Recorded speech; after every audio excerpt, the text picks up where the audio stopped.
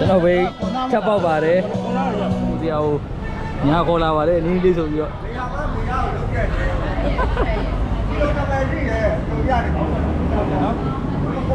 ဝီဆိုင်ပိတ်ထားပါတယ်ဘယ်သွားမှမသိပါဘူးအားလုံးပဲမင်္ဂလာပါကျွန်တော်တို့ဒီနေ့လဲကူတာတုံမှာရှိတဲ့ပြိုကြီးထမင်းကြော်ဆိုင်မှာထမင်းတော်စားကြပါမယ်အခုကတော့ကျွန်တော်ရဲ့ကိုစီရဲ့ဒီအင်အားကောင်မှာရောက်နေပါတယ်နောက်လာမယ့်အဖွဲ့ကိုစောင့်နေပါတယ်ပြီးဒုတိယဆုရက်က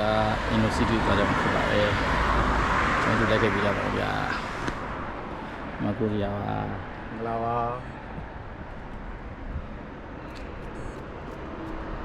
ဒီပါမော်နီ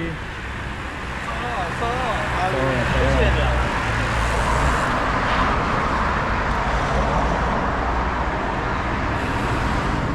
မော်နီပါ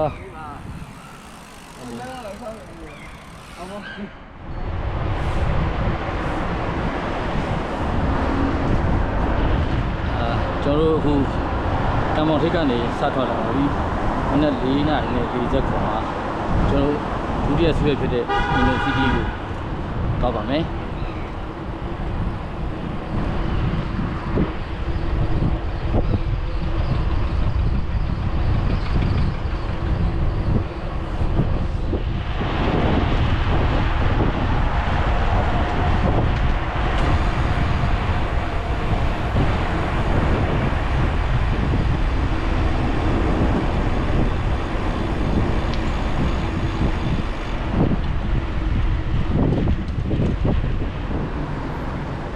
ရှေ့အောင်မှာနောက်ကတော့ကျွန်တော်ရဲ့တင်းလီတာကြီးဥကျော်ဖြစ်ပါတယ်ဒါတော့ကျွန်တော်နာမည်တူတဲ့ကိုစီရပါနာမည်တူညီကိုလေး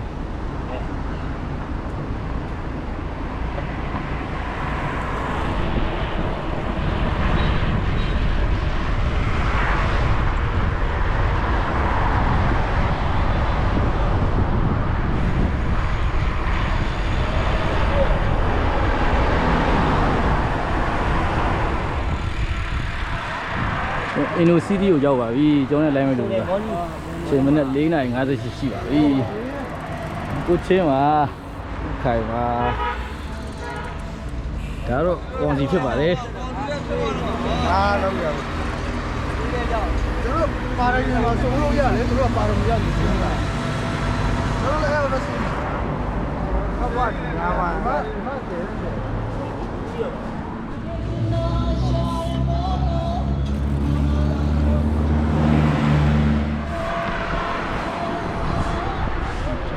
ကျွန်တော်အချိန်4 နာရီ 59 5 နာရီမှာ University ကဆွတ်ထွက်ပါတယ်တာမီနယ်ကိုသွားမယ်တာမီနယ်မှာစောင့်နေတဲ့ဆရာကြီးရှိပြီးတော့ကျွန်တော်တာမီနယ်ကိုသွားမယ်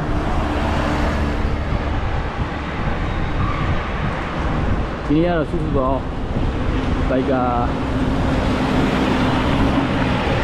12 ယောက်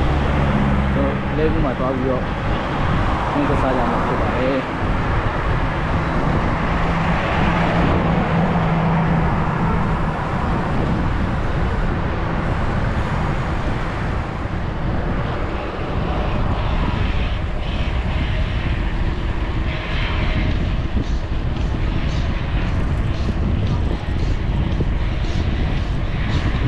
ဖြစ်ပါတယ်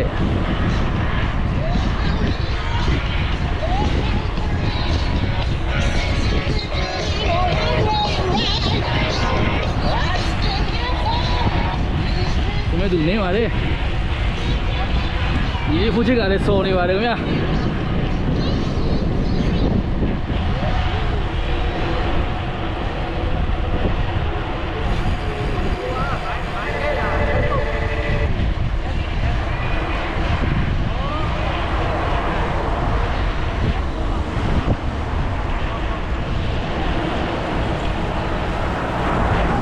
ကျုပ်ဖြစ်ပါတယ်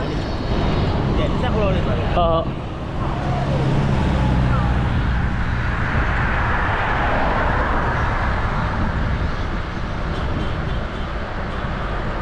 စေးရစားလားဆွဲဟေးကျွန်တော်ဒီကံမဟိုးစင်းနာဟောလမ်းမှာမြူတွေနဲ့ပါလို့ အေးစိတ်စိတ်လေးနဲ့ဘာမှမရပါဘူးလို့ဒီမစားရင်ဂျုံးပြနိုင်ပါတယ်ကြိုက်လေးတွေတွေ့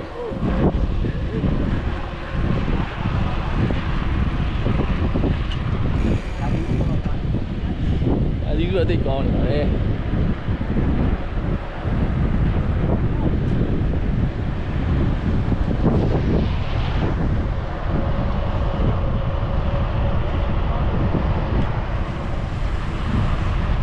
မြောက်ကလာတော့ဒီစီဆိုင်တော့ရောက်လာပြီ။ဝိုင်းရောက်တော့။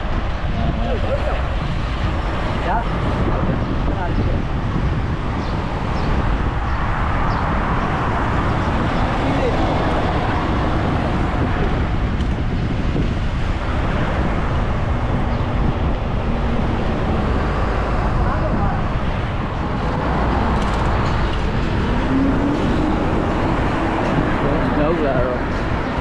ခဏရောမခွဲသေးဘူး။ဒါတွေကတော့ချုပ်နေပြီ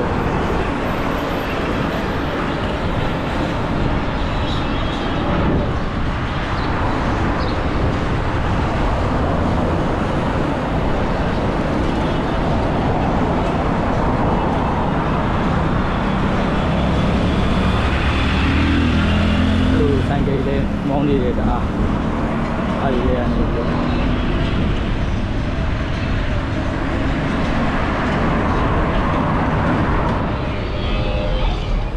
အောင်မင်္ဂလာဝေးကြီးကောင်းရောက်ပါပြီ။တာမင်နယ်မှာစောင့်နေတဲ့ကုတုဝင်ခေါ်ပြီးကျွန်တော်တို့ခီးဆက်ပါမယ်။ဆက်ကြည့်ပါ။ Okay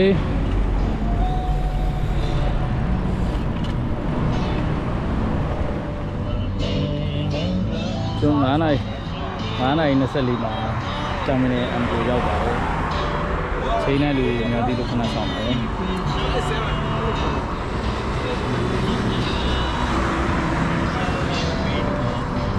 ကိုရချင်းနေအစ်စီပါတော့ပါကောင်းနေပြီ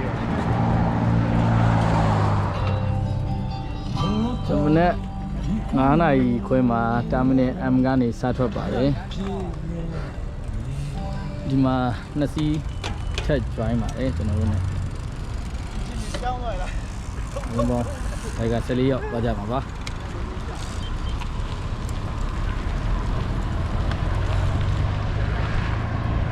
မောင်ဒီပါလဲကူကို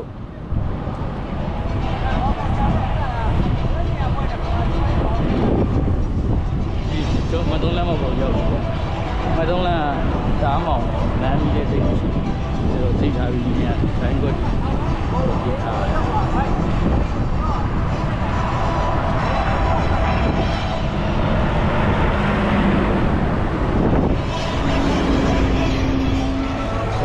9 နာရီ 49 မှာတိုးလေးကိုဖြတ်ပါမယ်။စိုးတော့ရှိမယ်။ဒီနားကဆွဲလိုက်လွတ်တယ်။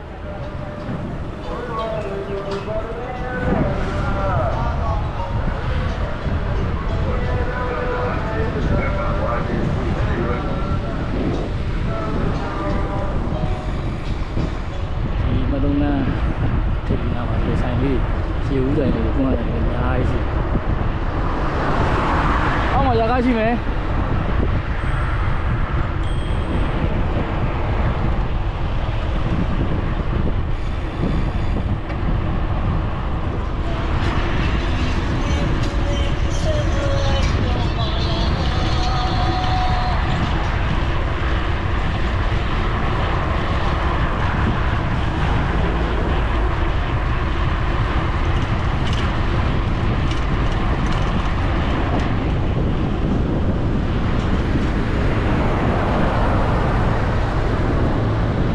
6 နာရီ 5 မိနစ်မှာ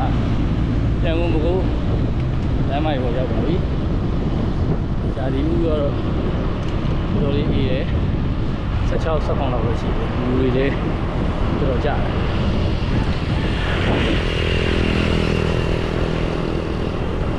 ။စပိန်နေလို့ကောင်းတယ်ပေါ့။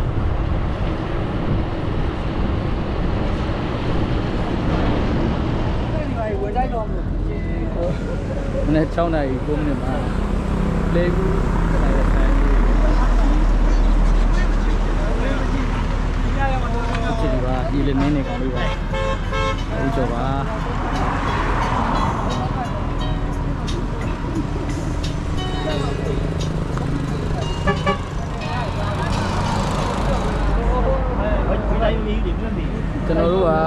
ကိုကြီးဆိုင်ကိုကြီးဆက်မယ်ဦးကျော်နဲ့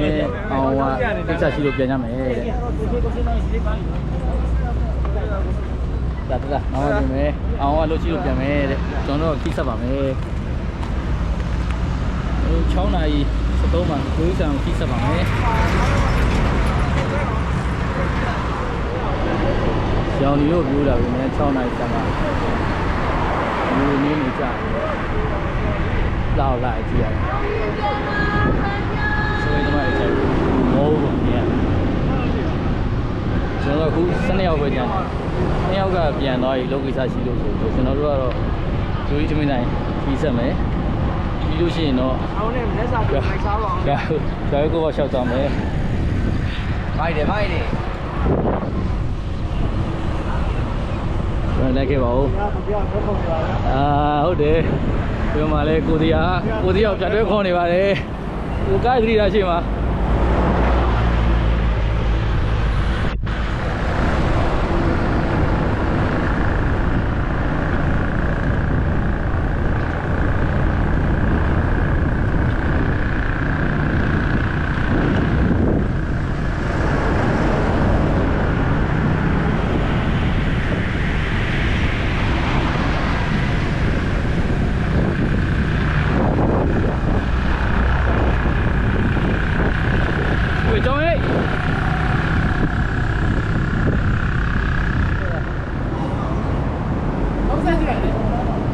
6နာရီ25မှာပြိုကြီးဆိုင်ရောက်ပါတယ်ပြိုကြီးဆိုင်ပိတ်ထားပါတယ်ဘယ်တော့မှမသိပါဘူးဘိုက်တွေထားပါတယ်ဒီမှာ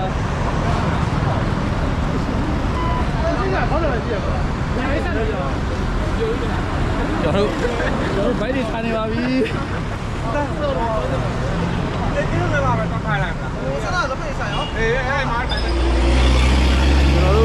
ပြိုကြီးဆိုင်ကိုရောက်ပါပြီပြိုကြီးဆိုင်ကရင်ဆိုင်တဲ့အရှိကိုနည်းနည်းရောက်သွားတယ်ကျွန်တော်မှအိုင်နာစိုက်တွဲသမားလေးကပြောတာနဲ့ကျွန်တော်ဒီဘက်မှာလာပါတယ်ကျွန်တော်ငှက်ပြီးချင်တာပါလို့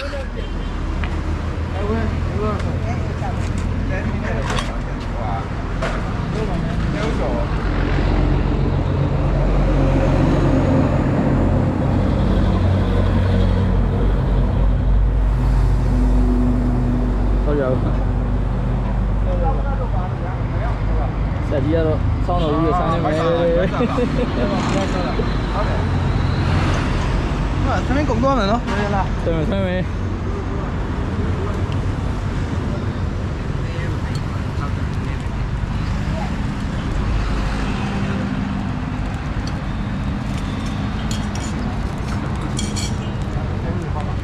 ျွန်တော်တဲမီလေးနဲ့တူပဲလား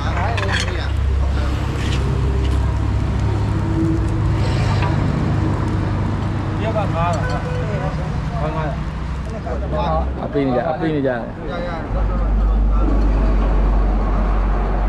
မပေါင်းတယ်လေပေါင်းရွာ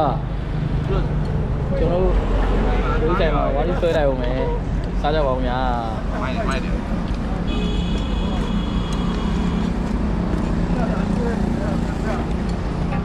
မဘီဂင်နာကိုစီကဒီဘက်တင်းလာပြီးတော့ပြိုးဆိုင်မှာလာစားတာဘယ်တော့ကြိုက်တယ်လို့ပြောကိုချင်းကခေါင်းတော့လို့ပြောစားရုံဆိုင်တော့ဒီမှာ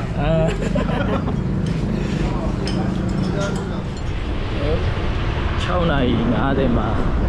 ပြိုးဆိုင်ကမင်းကျော်စားပြီးထွက်လာပြီးတော့ကျွန်တော်အင်းတကောတောင်းဝင်မှာ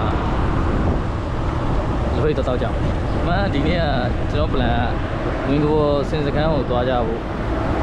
ဒီနေ့ကျောင်းကြောက်ပြတ်သွားတယ်ကျွန်တော်တွင်းကြောက်စားမယ်တောင်းဝင်မှာလက်ဖိတ်တိုင်းထိုင်မယ်ပြီးရင်ဒီနေ့ရှောက်ပတ်နေကြမယ်ပေါ့ဒီနေ့ကရှာဒီဥကလည်းကောင်းတယ်အေးလေးနဲ့နေလို့အခုပြိုးဆိုင်နေချိုးတစ်ဘက်ကလဲပြန်သွားကြပြီကျွန်တော်တို့ပဲကြံတော့တယ်ကိုအောင်စီရယ်ကိုကြီးရယ်ကိုချစ်ရယ်ကိုအောင်ကြီးရယ်ကိုချင်းရယ်ပဲကျွန်တော်ရယ်ပဲကျွန်တော်ရယ်ကျွန်တော်ကောင်းဝေးလေးသွားမယ်ရောက်တော့ကောင်းဝေးသွားမယ်ဝေးထိုင်မယ်လိုက်ခဲ့ပါဦးဗျာလူဖိတ်လိုက်တော့ကြအောင်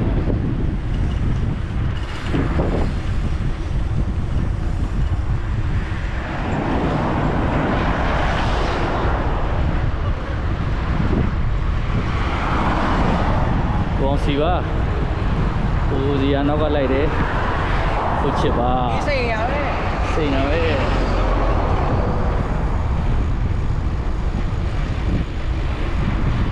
ကိုင်းနဲ့ကိုချင်းပါတော့ကျွန်တော်ဖြစ်ပါတယ်ဒါစီတော့တော်နေလို့ကောင်းတယ်ဗျာကွန်ပျူတာအဲ့လောက်ကြီးတယ်မဘူးမနက်ကဆို15-16လောက်ပဲရှိတယ်ခုတော့18လောက်တော့ဖြစ်သွားတယ်နေလို့ကောင်းတယ်အဲ့ကြပါဦးဗျာ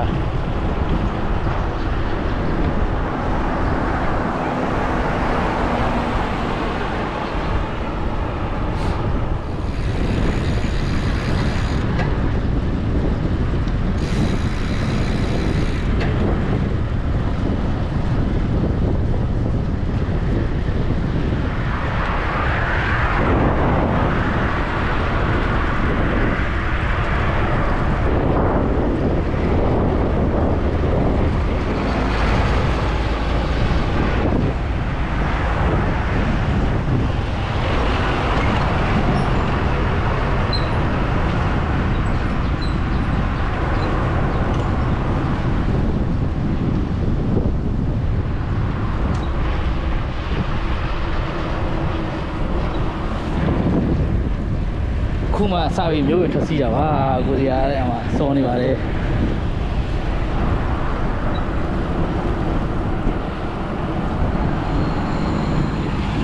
ကျွန်ကွေးမြင်လေးတွေက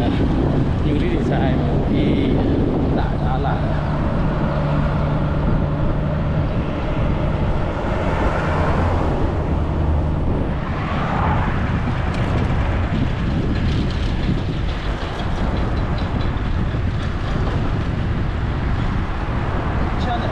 ချမ်းတယ်ရှင်းနေရကိုကြွားရတယ်က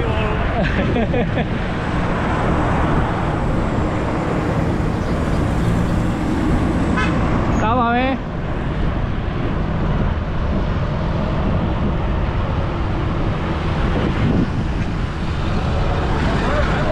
ကျွန်တော်ဒီမနက်စောစပိန်နေရှူရတယ်လေတော်တန့်နေတာဒီမျိုးပြင်ထက်လာချင်းပိုသိတာတယ် press လေးဖြစ်တယ်လူတွေဒလန်ဆန်းဆန်းရှိတယ်ပေါ့ဒီကလည်းတက်ဆက်တယ်တော်ရှူရအဆင်ပြေ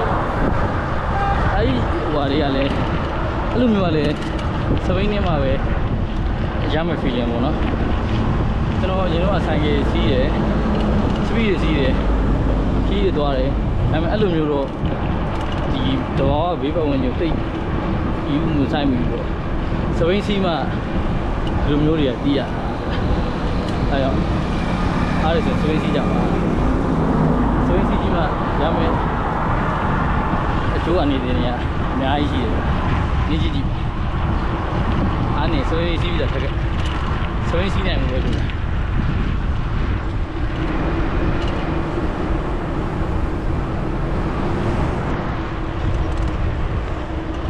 ကိုအောင်စီလေးပြောတော့25ပဲနေမယ်ဆိုပြီးတော့30ကျော်ကြီးဖြုတ်နေပါတယ်ဟိုမှာကျွန်တော်ဇေယျကွင်းစက်မှုရင်ရောက်ပြီဗျဒီနာအောက်ကလမ်းနဲ့ကျန်တော့သူတို့လေရတက်နေကားလေးရှင်း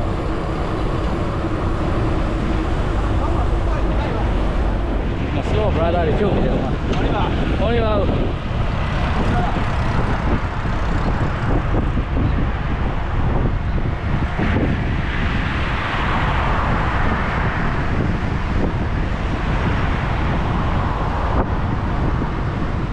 ကျွန်တော်အရှိမရေကွင်းလမ်းကိုရောက်ပါပြီအချိန်က9နာရီနဲ့15ပါကျွန်တော်ဒေါင်းဝေကိုစနေလိုက်ပါအောင်မယ်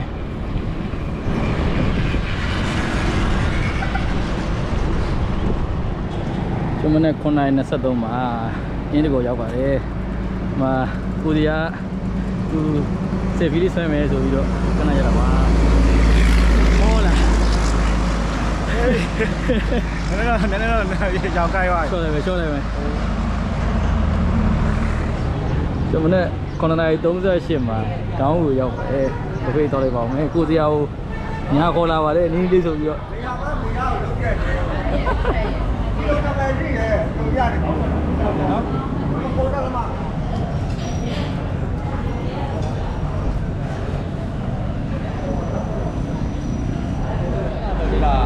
လေးတောက်ကိုရင်းနေတာကောင်လည်းတောက်တော့တောက်တော့ပြောသားတဲ့ကောင် ကြောက်ကြပါဗျာအောင်းရောက် အားပါလို့လို့လို့ဆိုတော့ဒီပါမတောက်ကြပါဘူးတပတ်တည်းရတော့ဒီနေ့တော့ ကျွန်တော်တောင်းဝေရနေပြီးတော့မနေ့7နာရီ15နာရီပတ်လာပါတယ်အခုတော့ရန်ကုန်ဘက်ကိုဦးတည်နေပါတယ်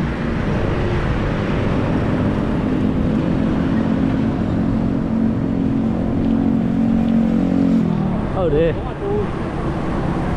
ကြီးရစောရမှာ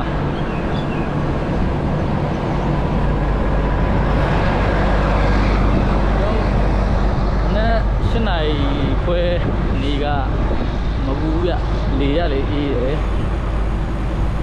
ခွဲဒီနေလို့ကောင်းလို့မယ်ပြင်မမမနေအောင်လို့အေးနေအလုံးပေါ့ပါနဲ့အစီလေးပဲနေကြတာနေရအောင်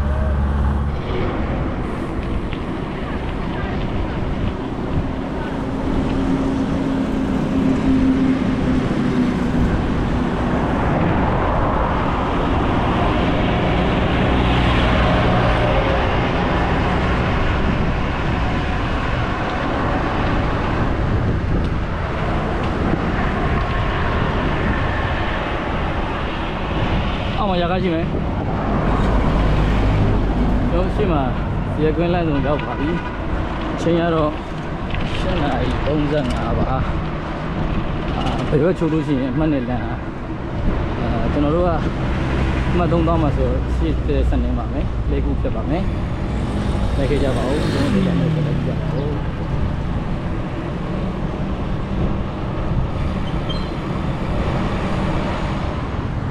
တော့ဒီနားမှာ GNG ဒီလဲကူက GNG ဆိုင်မှာရှိပုံလို့ပါတယ်ကိုချီကတော့ easy ပါပဲကိုကြီး easy နော် okay ပါဖြုတ်မယ်ကျွန်တော်တို့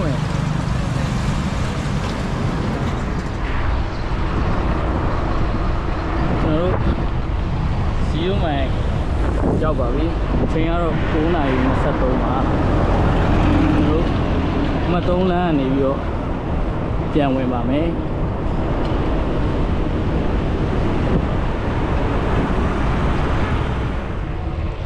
ကျွန်တော်ချိန်မနေ့9:29မှာမ3လမ်းပေါ်ပြန်ရောက်ပါတယ်ပြီးရင်ကျွန်တော်ဖွဲ့တွေစေကဘာဝနောက်ဘက်ချောင်းဆက်သွားမှာပါအားလုံးလည်းခဲ့ကြပါဦးဒါဒီဥလူကတော့9:00ခွဲကိုမပူသေးပါဘူးလေလေးလေးနဲ့နေလို့ကောင်းပါတယ်ကိုကြီးအေးဆေးပဲနော်ဆေးပါโอเคပါကျွန်တော်ဆက်နေလိုက်ပါဦးဗျာ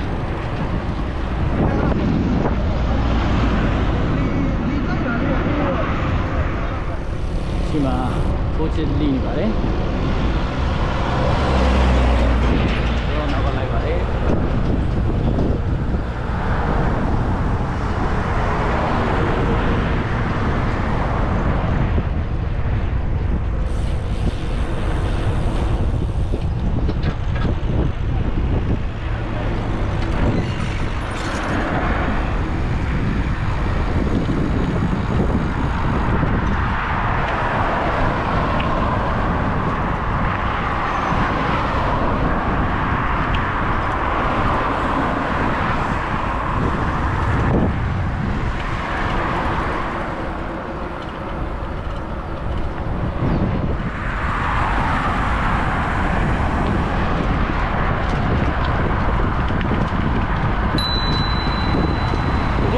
Venga.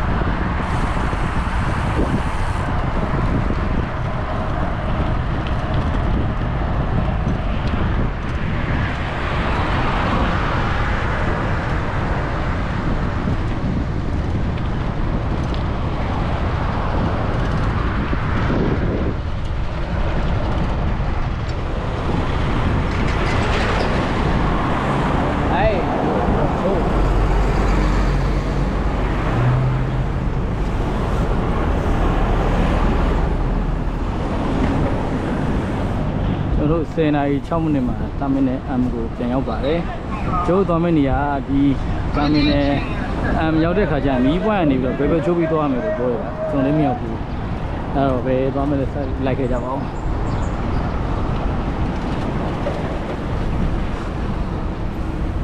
ဟေး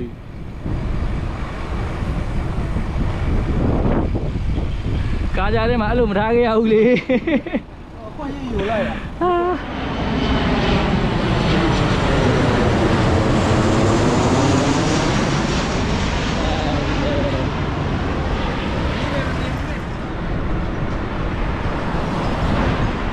ကျွန်တော်တို့စီကဘာဘိုးလေးရောက်နေပါလေဘယ်သွားမလဲဆိုတာတော့ကျွန်တော်လည်းမသိပါဘူးသူတို့ခေါ်ရင်တော့လိုက်ပါမယ်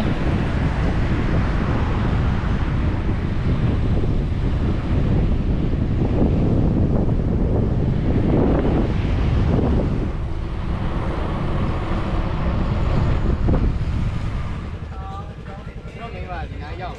ဟာဩ မြောက်ကြလား ဩ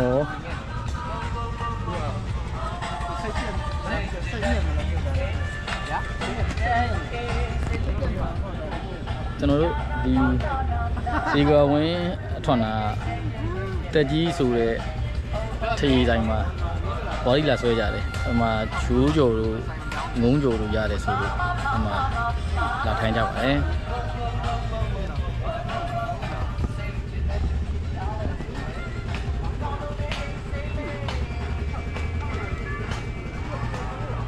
ကျောင်းပေါ်မှာ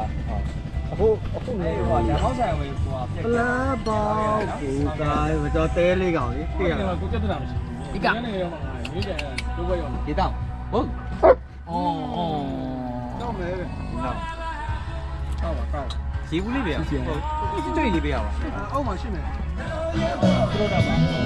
ကျွန်တော်ပဲထပ်ပေါက်ပါတယ်ကျွန်တော်ပဲထပ်ပေါက်ပါတယ်သူစရာ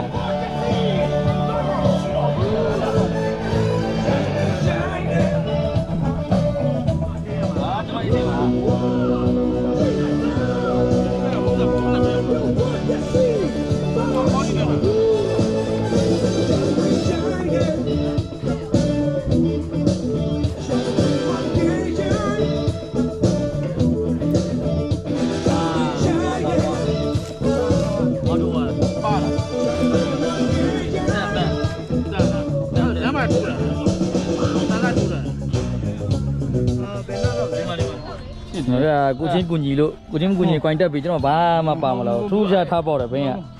အဲ့မက်ဆေ့ရဲ့အဲ့မက်ဆေ့ပြဿနာ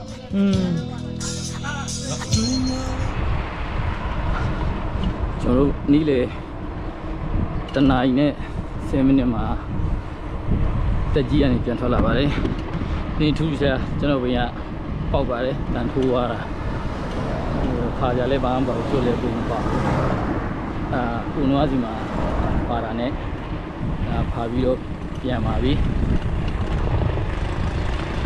ဒါဒီကတော့ပူတော့ပူရဒါပေမဲ့လေကတော့အေးနေပါတယ်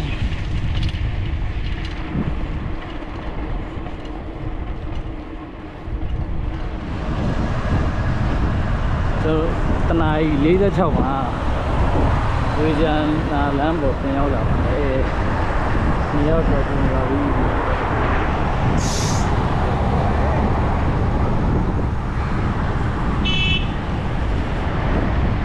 လို့အားနေဟွန်းဒီရဲ့ကားရည်လည်းရှိပါတယ်ဝေးယူ